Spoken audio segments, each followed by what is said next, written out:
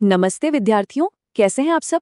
मुझे पता है बोर्ड परीक्षाओं की तैयारी पूरी लगन से चल रही होगी। आज के इस विशेष पाठ में मैं आपको किताबों की दुनिया से निकालकर एक बहुत ही खूबसूरत और सुकून देने वाली दुनिया की सैर कराने वाली हूँ। आज हम उमा शंकर जोशी जी की एक बहुत ही प्यारी कविता बगुलों के पंख को समझेंगे। यकीन मानिए, ये कविता सिर्फ आपके एग्जाम के लिए ही जरूरी नहीं है, बल्कि ये आपके मन को भी एक अजीब सी शांति देगी।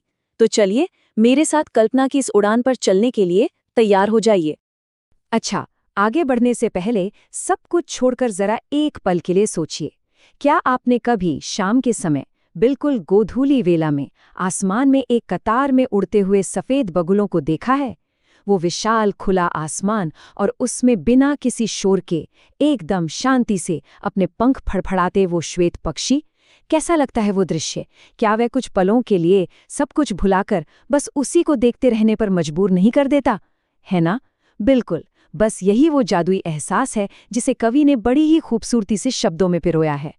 आज के इस पाठ में हम जल्दी से इन सभी बिंदुओं पर चर्चा करेंगे। हम कविता के परिचय से शुरुआत करेंगे, उसका भावार्थ समझेंगे, उसमें छिपे बिंब और संदेश को जानेंगे और अंत में परीक्षा के लिए कुछ बहुत ही महत्वपूर्ण टिप्स भी देखेंगे। तो चलिए सबसे पहले इस खूबसूरत कविता के माहौल को समझते हैं और इसका एक संक्षिप्त परिचय लेते हैं। अब जरा इस दृश्य को अपने मन में उतारिए। आसमान में ढलते हुए सूरज की लालिमा छाई है, हर तरफ गुलाबी और नारंगी रंग बिखरे हैं और उस विशाल आसमान में बगुलों की एक कतार अपने सफेद पंख पसारे उड़ रही है। ये कविता प्रकृति के बिल्कुल इसी जादुई पल का सजीव चित्रण है।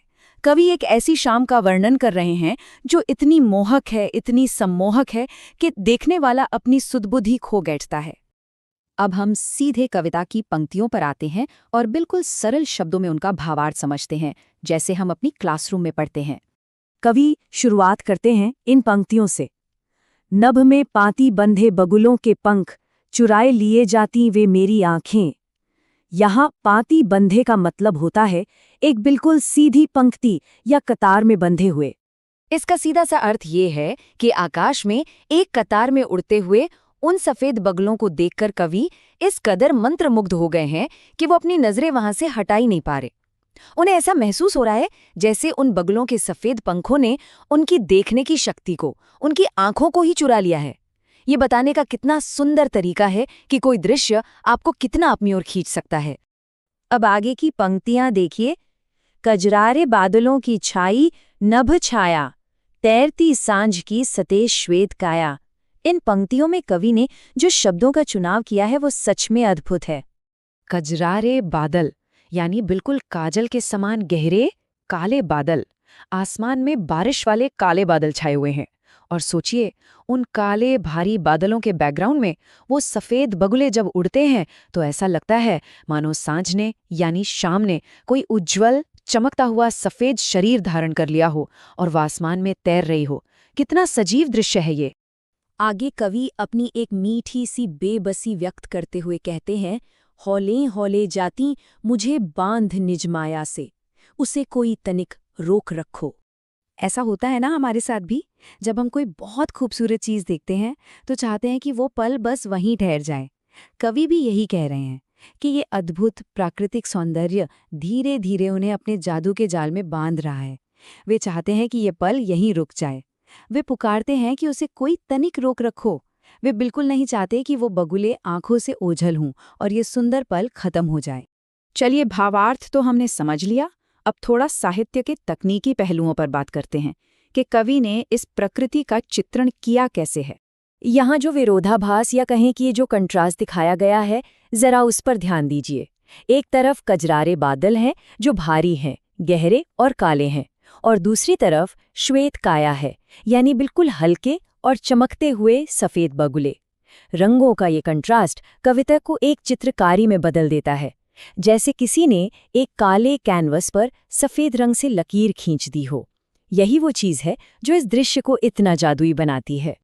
और इसी चित्रकारी को साहित्य की भाषा में चाक्षुष बिंब कहते हैं। इसे आप अच्छे से याद कर लीजिए। चाक्षुष शब्द चक्षु यानी आंखों से बना है। जब कोई कवि ऐसे शब्दों का प्रयोग करता है कि उन्हें पढ़ते ही हमारी आंखों के सामने एक सजीव दृश्य उपस्थित हो जाए, तो वहां चाक्षुष बिंब होता है। उमाशंकर जोशी जी ने इस कविता में इसका बहुत ही बेहतरीन उदाहरण प्रस्तुत किया है। अब एक बहुत ही दिलचस्प सवाल पर आते हैं। कविता के शीर्षक का अर्थ क्या है? कवि ने बगुलों के पंख ही शीर्षक क्यों चुना? देखिए, यहाँ पंख केवल किसी पक्षी के शरीर का हिस्सा भर नहीं है। ये पंख गतिशीलता के, उड़ान के और एक बहुत ही गहरी पवित्रता के प्रतीक हैं। ये पंख उस प्राकृतिक सौंदर्य के परिचायक हैं जो हमारे साधारण से जीवन में अचानक आकर हमें सम्मोहित कर लेते हैं और हमारा हृदय चुरा लेते हैं। तो इस पूरी कविता के माध्यम से अंततः कवि हमसे कहना क्या चाहते हैं, उनका मुख्य संदेश क्या है? यहाँ 3 बहुत ही गहरी बातें निकल कर आती हैं। पहली बात, प्रकृति की जादुई शक्ति, जिसे कवि ने माया कहा है। प्रकृति में हमें अपने आकर्षण में बांधने की गजब की ताकत है। दूसरी बात, इस सौंदर्य के सम्मोहन से बचने में हमारी असमर्थता। हम इंसान इस असीम सौंदर्य के सामने खुद को खो ही बैठते हैं। और तीसरी, सबसे महत्वपूर्ण बात, पूर्णता के पलों की क्षणभंगुरता। वो उड़ते बगुले, वो शाम हमेशा नहीं रहेंगे। वो पल कुछ ही देर के लिए हैं और इसीलिए कवि बेतहाशा पुकारते हैं कि कोई उसे रोक लो। अब आते हैं उस हिस्से पर जिसका आप सबको इंतजार रहता है, आपके बोर्ड एग्जाम की तैयारी।